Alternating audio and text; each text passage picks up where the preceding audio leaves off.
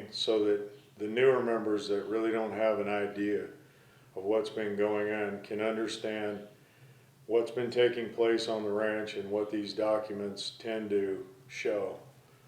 Well, first of all, I found these documents. I'd suspected that the board members were doing a lot of things that were pretty important and secret because of their need to start controlling how you could use the ranch. And when I found these documents, when I was elected to the board, 3 board members resigned and the other 3 board members refused to publish these documents to the owners. Carolyn Aronson had control of the newsletter.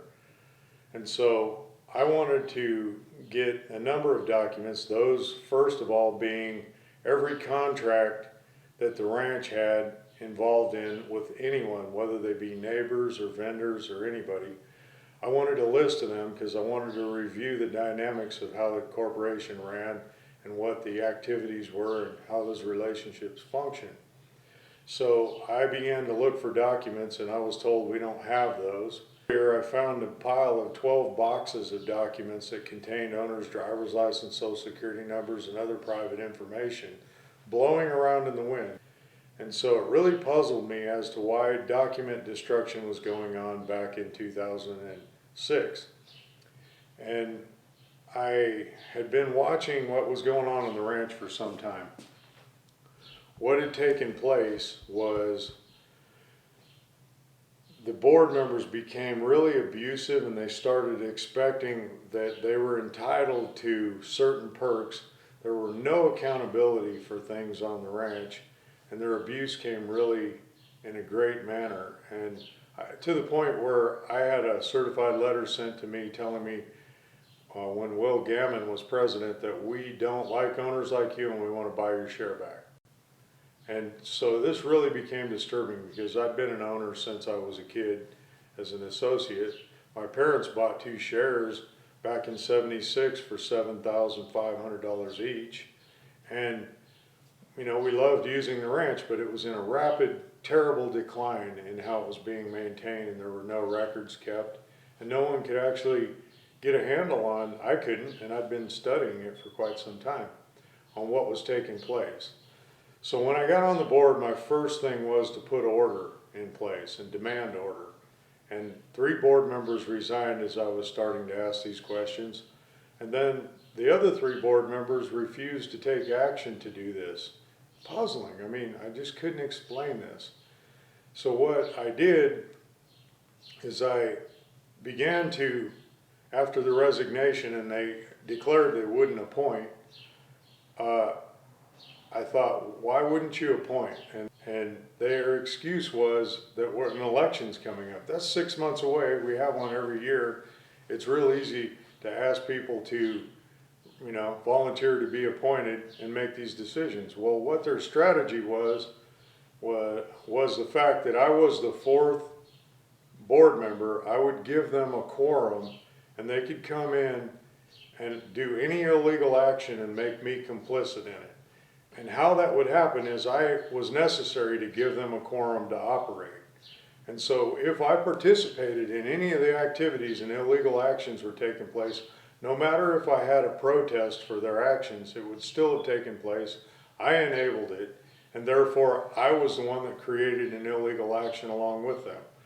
So I refused to give them a quorum, and we were waiting for these board of directors to be elected by the owners, and then we could conduct business again. And this should have taken, you know, simply a month, 2 months at the longest, and order would have been restored and the owners would have been able to be provided these documents. However, immediately this lawyer schemed and told Carolyn Aronson how to avoid this happening and to prevent directors being appointed that she didn't want on the board to continue the action that was going on to refuse giving the owners the documents.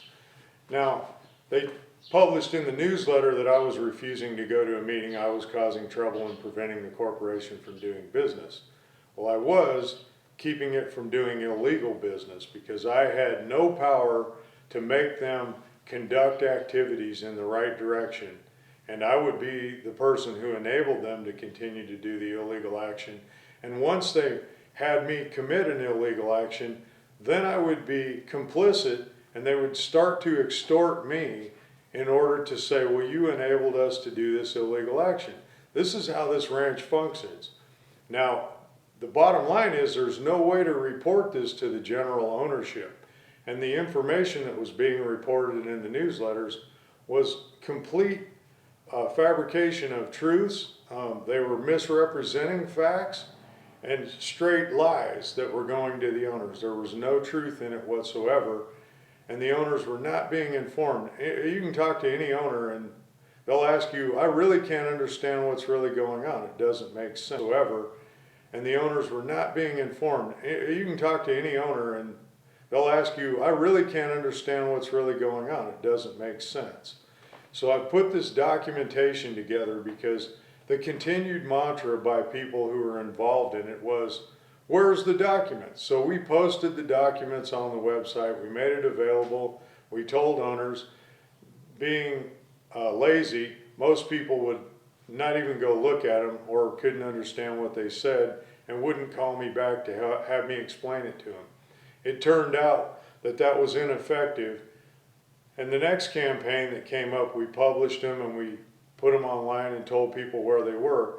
And this phony recall that just happened, and how that happened is immediately upon being elected in the last July 3rd, 2011, there were 4 of us directors who ran as a unit to ensure that these documents would be put together and action would be taken.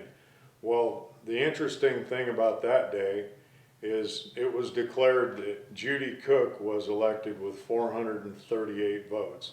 Now, how you get that number is a complete mystery because no one had 438 votes when the election ballot tablature was done. But she had 438, Art Bullock had 428, Brian Gallant had 427, Jim Gogan had 408, and I had 441 because they were doing a recall on me, not to recall me, and 400, it was 41 votes less, so it'd be 409, or I don't know, for some reason I can't do the math at this moment, but the reality is, that was what was settled in the election. So immediately, Steve McGregor, Sherry Petrelli, Judy Cook, and Carolyn Aronson started shoving their agenda down our throat and playing this power play to control it. What had taken place is we tolerated some of their stuff. We put in the record that we didn't believe that was a correct action, and we went home. That evening, an email was sent by the Inspector of Elections, Mitch Trost, who sent an email at 8:30 p.m. I didn't look at my email until the next morning. And he had sent an email telling me and the board that, oops, I had counted the votes incorrectly, and I must have made a mistake. And this was the only communication that took place. Like, I was going to slip a subversive email, my God, I hope everything's okay, and everybody's all right with the mistake I made. I mean, a major implication in an election, and yet this person sends an email that isn't even notified anybody by phone or tell them what's going on. He just hopes that it'll meld into the process and somehow be corrected. Well, we were suspect of election fraud because of the numerous times election fraud had taken place in the past years. And there'll be a segment in here that produces the facts around the election frauds that have taken place for a number of years. Okay, and at this time, I had read my email the next morning and sent an email out and made a phone call to Jim Gogan because it was announced that Judy Cook, in fact, had 202 votes and that Jim Gogan was now the director because he actually had 408 votes. Now, we were calculating the numbers counted and they made no sense whatsoever, and we were going to demand these documents and to get an inquisition going for an election fraud. And of course, it wasn't necessary the next morning, but Carolyn Aronson immediately called the lawyer, and I have an email regarding that, asking his opinion how to stop this because this new announcement was made.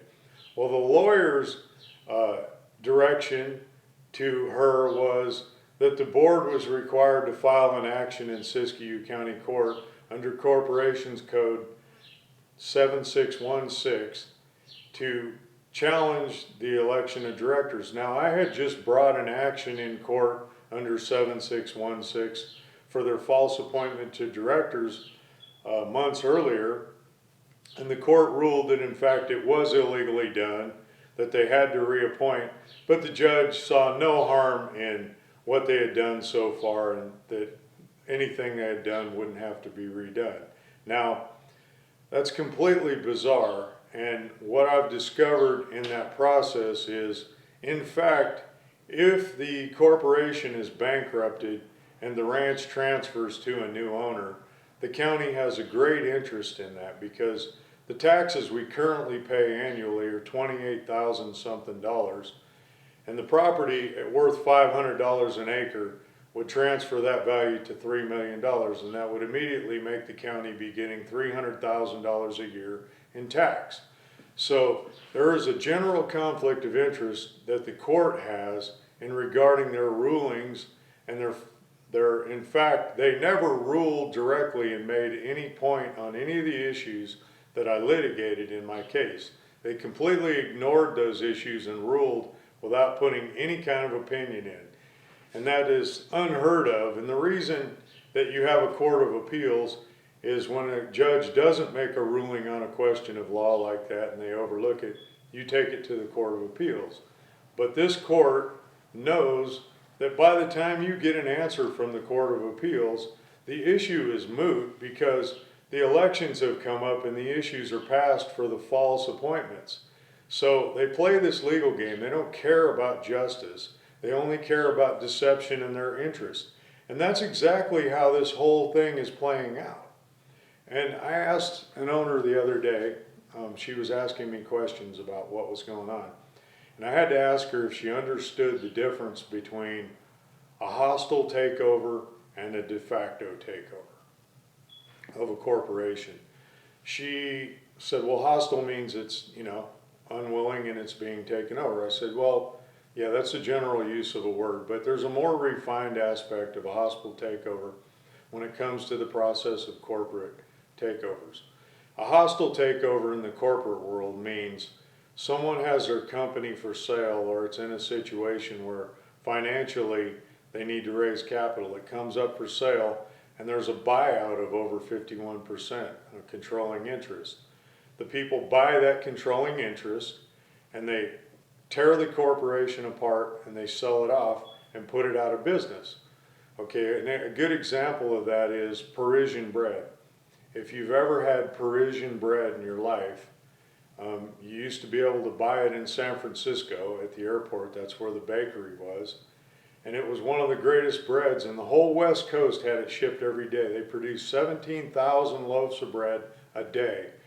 And in 2005, another bread company bought them over, told all the employees they were closing the company, and in one day, Parisian bread that was in business for 165 years was immediately closed and no more Parisian bread was made. You couldn't find the recipe because they bought it.